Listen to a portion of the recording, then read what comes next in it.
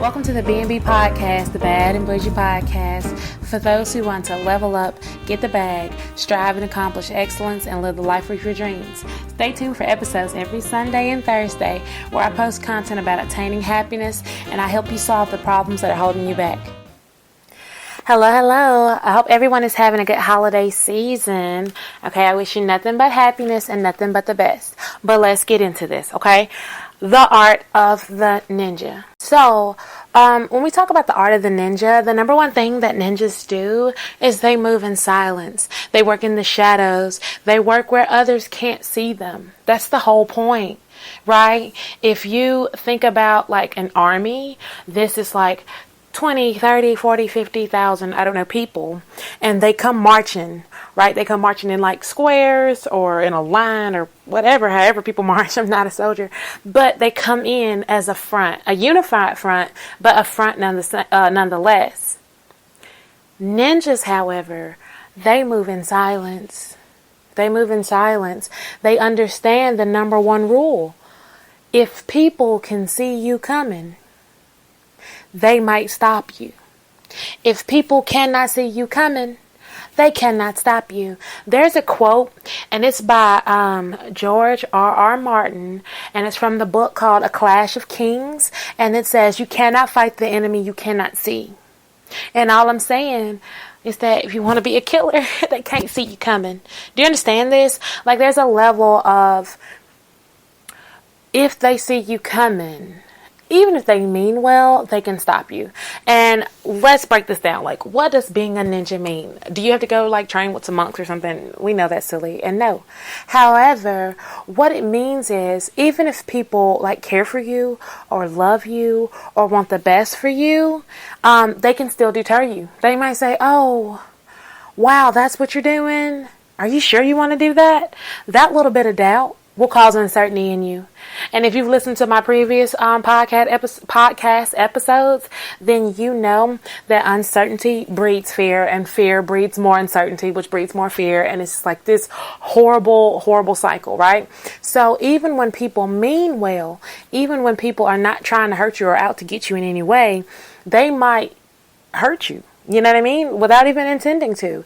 And so when you're moving in silence, a big part of that is you allow yourself to not get distracted.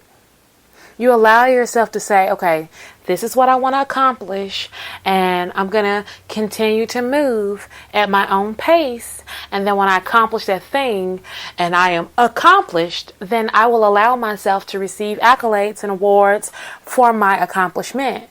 If you are a basketball player and you're playing basketball and you haven't won yet, it's halftime and you're down by 10 points, you don't go around and be like, yeah, we are already the winners. We've already claimed this victory. Yeah, we the winners. Yeah, they already know what we do.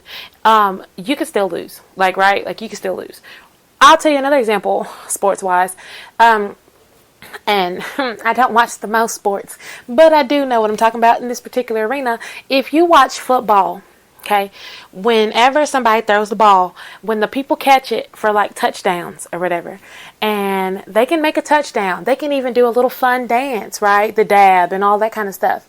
But if they do too much dancing, you can actually get a penalty. It's called getting a penalty for like celebration, right? You're over celebrating.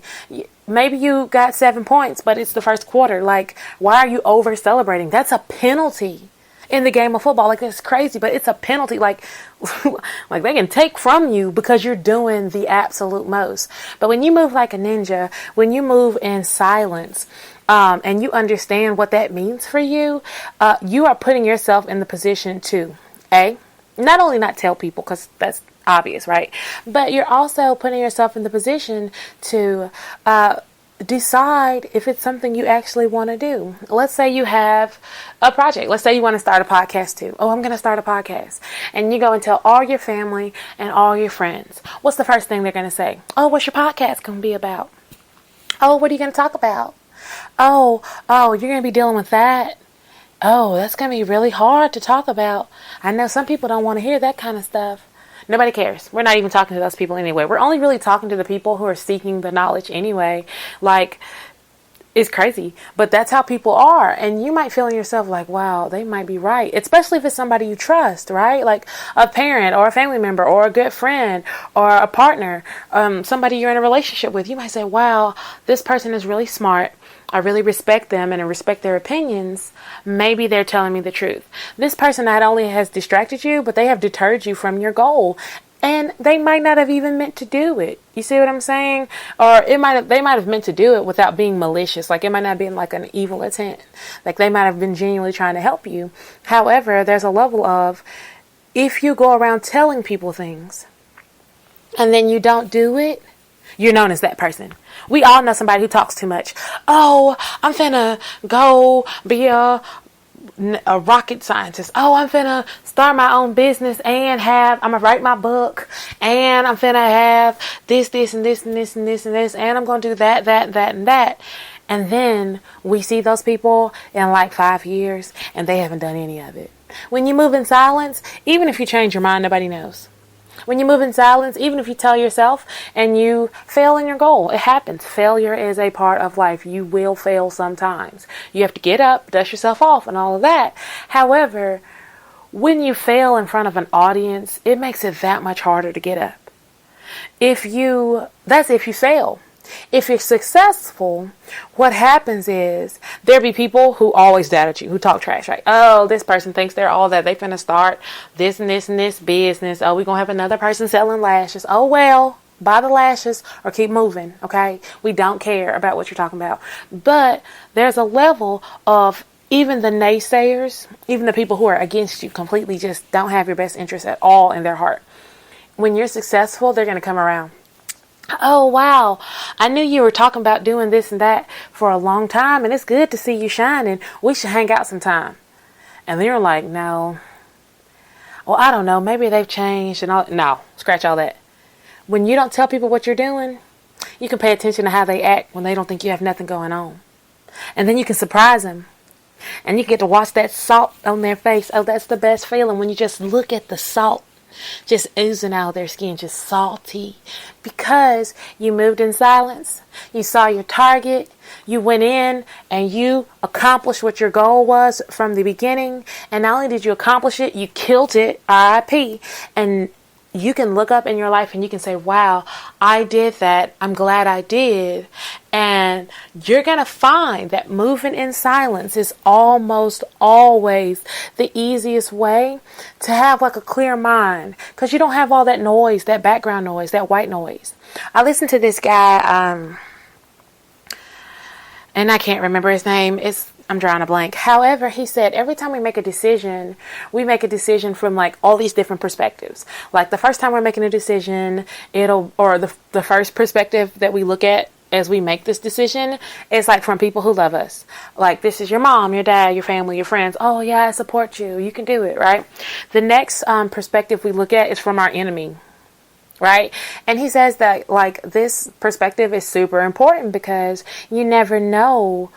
Well, not that you never know, but when you allow yourself to look through the eyes of your enemy, like quote unquote, then all the things you would say about yourself are very, very, very key factors in determining what you need to work on.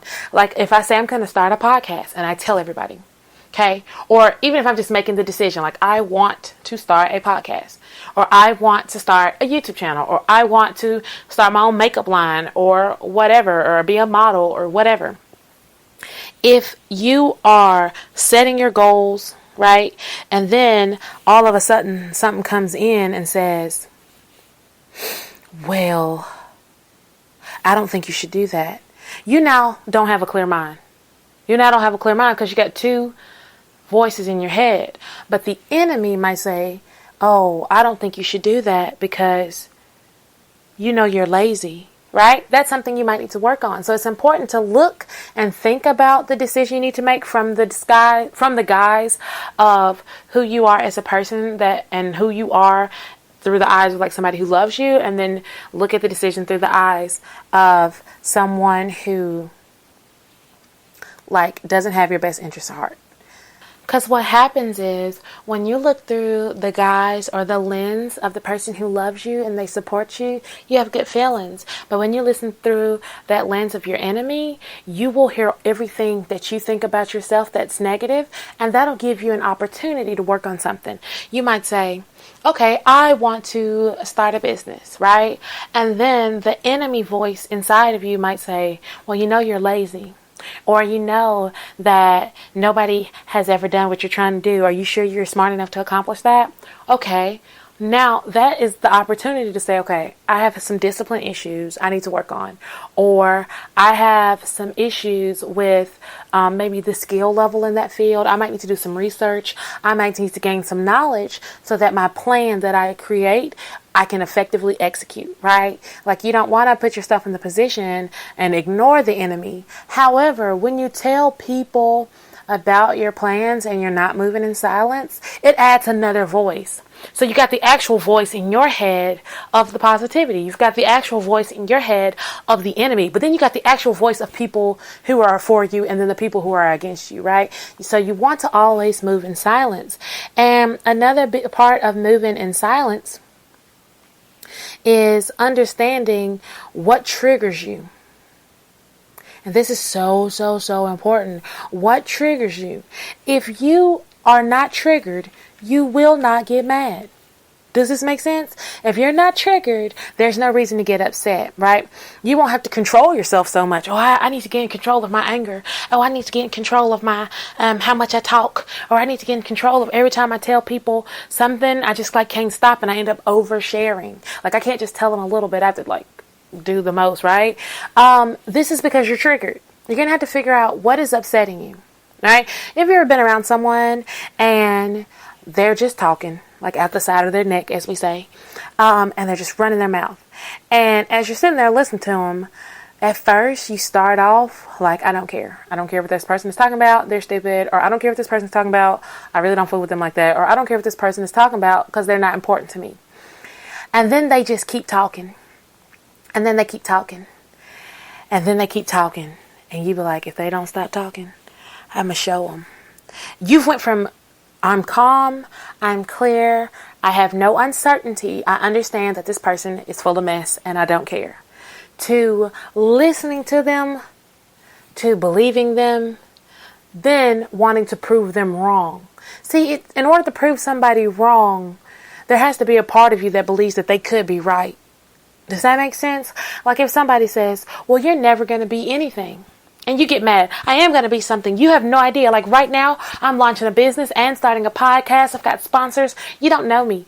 Oh, wow. I didn't know you were doing all that. Dang, I didn't mean to tell anybody. You were triggered. You were triggered. I'm triggered, right? You were triggered. You were absolutely triggered. And because of that, you shot off, right? And you are trying to eliminate these things because you want to move in silence. You want to tap into your inner ninja, right? You want to move in silence. And a big part of that is figuring out what triggers you and then ask yourself, why? Why am I so upset? Why am I triggered? What if you get to the point where you have no desire to tell your business? What does that even look like? Okay, I got up this morning, I had my morning routine, I had my cup of coffee or my matcha or whatever, or tea or whatever you drink, and then I got dressed for the day. I feel good, I look good, skincare is on point, I might pop a little makeup on, a pair of falsies, just a little daily routine kind of thing, and then someone calls me, my bestie calls me, my cousin calls me, a coworker calls me, whatever, and they're just talking. And then they start telling you about their business. And you're so busy trying to be a good person, trying to be a sweetheart. You say, well, they gave to me, so now I have to give to them. And then you look up and you've overshared. Or you look up and you told something that you kind of didn't want to tell. You're going to have to ask yourself, why is it that I feel like when someone tells me something that I have to tell them something? That doesn't make any sense. If somebody buys you a birthday present, you say, oh, wow, thank you. Does that mean you have to buy them a birthday present? If somebody buys you anything or gives you anything, does that mean you have to give them something? And if you give them something, does it have to be the same? Like if someone gives you information, do you then have to give them equal information? And if you do you really want to be friends with people I wouldn't even call that a friend if we're honest. If the only time a person tells you something is because they know you're going to tell them, y'all are business partners. So you need to start leveraging how much business you want to do with that person. Okay, I know that I'm going to be around them, so I need whoever to tell me the tea about everybody in the group. Okay, now what do I need to give them so that they can give me all the tea? That's a business relationship. That's goods for services. That's trading. Go into the stock market, okay, if you're going to be a trader. Like, why do you need and why do you feel the desire to tell people your business? Because moving in silence requires the exact opposite of that. Moving in silence, making decisions to grow on your own, taking the time to sit alone and think about things and really be in tune and aligned with what you actually want. And then telling people all your business so they can give you their opinion back, because you're trading, right? You're telling them one thing so they can then tell you something, and then they tell you something that you didn't even want to hear. You see what I'm saying? They might tell you something you don't want to hear anyway, but if you are on this scale of like, when I give, they give, or when they give, I have to give, or whatever, because there are people like that. You better believe, oh, I don't like her. Like, she wants to sit around, or he wants to sit around and listen to all the gossip and all the tea, and they don't ever want to say anything. Oh, they want all the tea I got, but they won't tell me their tea. So I don't say nothing. Okay, cool. What is it in them that wants to tell about other people's business? You see what I'm saying? Like we all have to get to that point. Like, what is it inside of me that has a desire to tell my business to other people? And then once you figure out what it is about you, then you decide. For example, you might say to yourself, okay, the reason I want to equally give is because I want to treat people the way that I want them to treat me. Okay, well, that's sweet. So what you want people to do is talk to you about their business and other people's business to you. And then you want to tell your business and other people's business to them. Well, then what's the next level? They're going to take their business and your business and tell it to somebody else. And then you see what I'm saying? So once you figure out what it is and why it is that you want to tell people your business, then you'll find yourself in a position to have more control.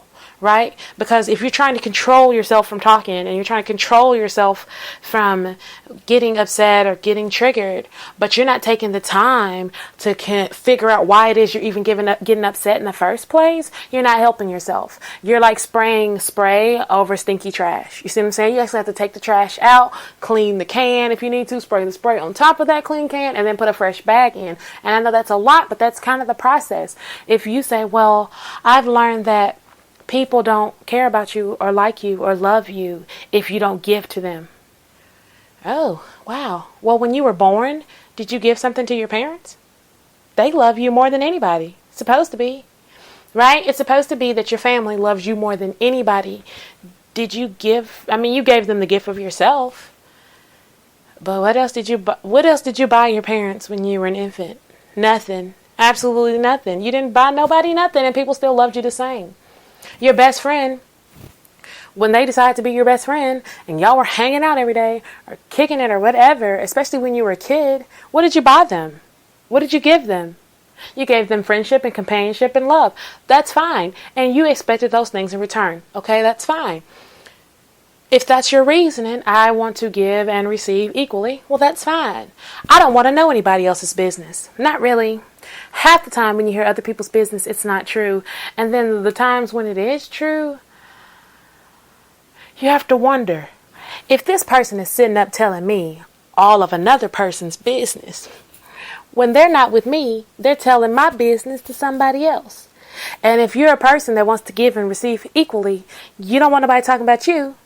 So you shouldn't talk about nobody. You see what I'm saying? But all this comes from the root understanding that the reason that I overshare, or the reason I'm such a giver, even about my own business, even about my own life, is because I want to receive everything else. And if you're a person and you just want to collect tea about different people, there's a special place for you in the world. Some people are like journalists or something. I don't know what it's called, but they just collect tea from other people. I was like this. Okay. I'm doing my best, but I used to really truly enjoy tea from other people. Because what this allowed me to do is walk through the world and navigate the space, knowing everybody's business. Now, I was not messy, and I do my best not to be messy. I don't want to get caught up in any drama or anything. But there's a level of I just want to be in the know. But as you grow and expand and you get older, you don't actually care. It's just gossip and it's entertainment. It's like watching about celebrities and stuff. But it's are these people paying you? They're not. Are these people helping you solve your problems? Probably not. Right? Are these people knowing all of your business so they can tell other people? Yeah. Are these people knowing all your business so they can deter you? You never know how miserable people are on the inside, and they just might want to deter you just so you can be miserable too. Right? You never know. And I'm not telling you to judge people or try to figure out what their intentions are. Boundaries are for yourself. They are not for others. If you don't want to talk to another person, you can't put a boundary on that person not to talk to you. But you can simply say, every time that person calls my name or tries to speak to me, I won't say anything. The boundary is for you. The boundary is not to control their mouth from talking. That's crazy. You can't control other people, right? You can't. And why do you want to? Do you want somebody to control you? You see what I'm saying? So at the end of the day, there's a level of, why do you have this desire in the first place? When you take that, break it down, analyze it, you'll put yourself in a position to not be triggered. When you're not triggered, it'll help you accomplish the goal of moving in silence. All right? So we're down to the part where we always talk about things that can help. Good movies, good books, good TV shows. I do not believe in bringing up the problem without bringing up solutions. Always, always, always, it's okay to do intentional journaling and exercise and meditation, prayer, eating right, Googling things, doing your own research. All right. Good movies and books and songs. Good movies and books and songs. You could look into Accelerating Excellence by James King. You could look into The Mental Game by Jared Tendler. And these aren't sponsored. These are just good books that I enjoy. You could look into movies, as far as movies about moving in silence. Never be afraid to watch ninja movies. I know that's kind of random, but if you want to move like a ninja, you should look at ninjas. Also, don't be afraid to read autobiographies or watch movies about people's lives and see how they have moved. And if they have already accomplished success, see when they moved in silence and it paid off, and then see when they didn't and what it did for them. Because sometimes, people can take something bad and blow it up and it becomes good, right? If you think about celebrities or people who are in the media, how they use bad publicity, what they say, all publicity is good publicity, no matter if it's good or bad or whatever. They might use those things to help them in publicity, but is it really helping their brand? Is it really helping them as a person? Is it really helping them make the world better, or whatever their actual goal is, right? If their goal is just to stay in people's minds and in people's conversations, in people's mouths, as they say, then they've accomplished their goal. But if their goal is to actually grow and achieve excellence and get to the level that they want to be on, is this really helping them, right? So, good movies to watch. Like I said, definitely ninja movies, definitely autobiographies or biographies about people. Another good movie to watch about moving in silence. Find you, or this is not a specific movie, more like a genre. Find you some good movies on people who bury treasure. I know that's kind of random, but think about it. There are people, one of my favorite buried treasure movies, I guess I'll have to give one, is The Count of Monte Cristo. It's by Alexandre Dumas. And basically, in the movie, this guy finds a treasure, and it's all the things surrounded by that, right? So, think about how in silence you have to move to bury a treasure, and then don't really tell anybody. You know what I'm saying? There's levels to every level. And then as far as songs that put you in the mood about moving in silence, right? As far as songs, this is kind of random, but another song that I like is called Don't Tell 'Em, and I want to say it's by Jeremiah. You have to look at it, but in the song, he was like, don't tell them what we do. Don't tell them. Period. Bonnie and Clyde, don't tell them. We could be out here doing incredible things, and when people see us, they just see regular people at Target. You know what I mean? Like, I love it. That's actually a whole group. When you start talking about the financial aspect, there's a whole group of people. So there's definitely like old money, and then there's definitely like new money. However, when it comes down to the types of wealthy people, there's definitely a category of people called the Secret Millionaires. These people are walking around the world like, I mean, people know who Mark Zuckerberg is or whatever because he's like Facebook, but if you saw Mark Zuckerberg at Target, you might know who he is because he's so famous, but you wouldn't be able to tell by the way he's dressed. He wears like khaki pants and a t-shirt. You see what I'm saying? We don't know how nice the t-shirt is. The t-shirt probably costs $1 million. However, he's wearing khaki pants and a t-shirt. He's blending into the average society. He's moving in silence. He might be about to launch a new platform. He might be about to launch some new business idea, some new program. He might be about to buy some company that you love. I don't know. And I'm not saying this is true. I don't know him. However, what I'm saying is he's moving in silence. He's not being flashy. He's not telling everybody his business. Maybe his trusted board of directors or whoever, if they're making their decisions, but outside of that, like, nobody knows. And there's a whole sector of people who are wealthy. I'm not talking about a little wealthy. I'm talking about millions and millions and billions of dollars, and they are in Target and Walmart, and they're just walking around in flip-flops and like sweats, like, for real. Like, you have to understand that there's a large population of people moving in silence. And you'll never know, because guess what? They're moving in silence. So do you want to be the flashy person? Do you want to be like what they call nouveau riche or new rich? You know what I mean? This is the person, and this, I'm not making fun of these people, okay? All the big chains and everything. There was a guy, and I don't know this man, but I think he won the lottery, if I'm not mistaken. And he took all his money from that lottery, and maybe it's $30,000, $40,000, and he bought a chain. And then he went to the gas station with people who didn't have chains, and somebody stole his chain. You see what I'm saying? All because he's flashing his money around in public. If he had taken that 30, 40K or whatever he had and bought some investment property, or taken the 30, 40K that he had and maybe fixed up his own current living situation, or paid off his bills, or started a business, or put some things behind and aside for his children or his legacy or whatever, fine. Nobody would know. And nobody would be in the position to just snatch it from him. However, he took all of the money that he had and he bought a chain, like a necklace with diamonds and whatever, and somebody stole it. So not only did he have money, it's gone. What's the saying? A fool and his money will soon part. Like, when you move in silence, you're being strategic. You're being logical. Okay? You're using your intelligence to make decisions about your future.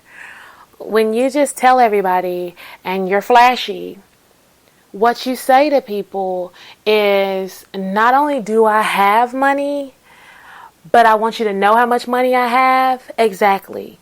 And lastly, you're going to have to understand that for everything, there's a trap. There are people that you might think are rich. And I have this, I've seen this multiple times, and I definitely have experienced this, where, like, from a women's perspective, they'll buy the Gucci bags and the Louis bags and the Bottega Veneta, and they'll have all of the brands on, right? And I just feel like, well, I was always raised, if you buy a $5,000 purse and you don't have $5,000 in your purse, you failed. You see what I'm saying? If you're wearing a $1,000 jacket and you finna go bankrupt, or you have a $1,000 jacket on, or $5,000 shoe, Birkenbacks were like 30 grand. So if you have this $30,000 purse on and they finna refinance your house, like, you're not winning. You want people to think you're winning, but you're not actually winning. You're perpetrating. You're a fake, right? And so when you get caught up in the people who want you to know that they're balling, or that they made it, or that they're rich, or whatever words they use to define themselves, those people, you have to be very careful, because this is getting into the relationship aspect. I've known people, to women, who will date a guy, and they'll say, oh, wow, he's such a nice guy. He drives a Mercedes, or he drives a Range Rover, or he drives a Rolls Royce, and he's got all this kind of money, and he's got a mansion, and he flies private, and he want to date me. Okay, sis, he's got all those things, but does he give you those things? See, you got caught up in the idea of what he's telling you. Sometimes people tell people things just to trick them. And I'm going to give this example, and it's so sad, but people do this. Have you ever heard or known, or you, be a person, because sometimes it's you, sometimes it's us. You know, we have to check ourselves first, the mirror. But have you ever known people who will tell you something or tell a group of people things that are different just to see who tells? Like, this is so real. I've known people, and they'll say, I tell everybody something different to see who's going to go off and run their mouth. Okay, you don't think people tell people about their money to see who's going to run their mouth, to see who's going to be impressed, see who's going to act differently, to see who's going to act thirsty or desperate, right? People do it all the time. So when you move in silence, you'll start noticing other people that move in silence. When you don't go around oversharing, you start noticing all the people who do. And then you think to yourself, well, why don't I want to overshare? Why don't I want to tell people all of my business? Or why don't I have the desire to move in that kind of way? It starts making you look at them differently. Wow, they're moving in that kind of way. I wonder why. Right? Whether you know or not, you can't actually know, but there is a level, and people use this all the time. We all know the girl that's got the Chanel bag that lives in an apartment and doesn't have any money like that. We all know the girl that has the Chanel bag, but she got $20 shoes on. I'm not judging anybody. The $20 shoes might be fly. However, when you are going around demonstrating and displaying everything about yourself, there's just a level of, well, people know.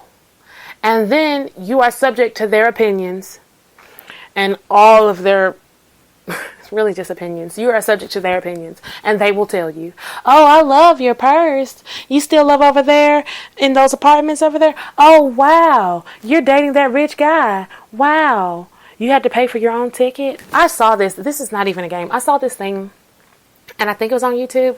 It's been a long time ago. And this woman was reading like all these horror stories from different people about dating people who were quote unquote wealthy and rich, but they were just telling them they were wealthy and rich and then treated them badly. Like this one lady was like, yeah, I was going to go on vacation with Bae, and he paid for me a coach ticket, but he flew private. What? So just because somebody let you know they have money and they told you, they didn't tell you they were going to give you some. You see what I'm saying? Like people who tell everything and have gotten to a certain level, they know what to tell and what not to tell and what it means and why and everything else. So we want you, and I want you to be strategic. I want you to move through the game as if you were a ghost, really, truly. Yeah, that's the best way to explain it. Like, you need to move through the game as, like, think about somebody who could just walk through walls. Like, you just need to be able to go in and out as you please, and you don't need any obstacles in your way. Sometimes when people don't see you as a threat, they don't pay you any attention, right? They'll be like, oh, that person's not a threat. They're not going to do anything. And in your mind, you're like, you don't even know who I am. You have no idea, but that's okay. I'm moving in silence. You see what I'm saying? Like, I'm out here making decisions, and you have no idea. There's a story about this guy, and he was dating this girl, and she was like, you need to take me to this restaurant, you need to buy me these things. And he was like, well, I don't get paid until whatever point. And she was like, well, I don't date dudes that ain't got the money to just do this and this and this and this. But I don't know this man's pockets, I don't know his life, I don't know his lifestyle. However, he was like, okay. And he was like, well, I don't think we'll be able to date. And she was like, oh, you broke. You ain't got nothing. She's going off on him, right? Then, like a week later, she sees him on TV. Okay? I'm not getting into the fact that he didn't want to spend money on her. I'm not talking about that. When she saw him on TV, she then texts and called him back. And was like, yeah, I saw you on TV, if you still want to go get dinner. What? The power of moving in silence. He didn't say, well, yeah, I'm on TV and I got all this money and we can do whatever. No, he was trying to read her as a person. He was trying to know who she was as a person. But he was moving in silence. He didn't tell everything. If you're playing a game of cards, do you let everybody see your hand? No, you don't. You keep your hand secret. So when you make the moves, people don't see it coming. We have to move in silence, okay? Book I thought about was The Millionaire Next Door. The Millionaire Next Door. And it's a very, very powerful book. And I don't want to go through the book because I want you to read it, but it's a great book. And it talks about moving in silence. That's really, the big overarching thing. How do you move in silence? You're going to have to work on the things that trigger you, and you're going to have to figure out why it is that you want to tell people. Because if you don't want to do something, you probably won't do it. But if you want to do something, then you probably will. And if you are not sure why you're constantly oversharing, there's some level of uncertainty in you, and you need to dig deep enough to figure out why it is you have uncertainty. And then once you gain clarity, then you won't have those issues anymore. Okay, so I just want to say to all my B&B podcast listeners, thank you, and you have a great holiday. Goodbye.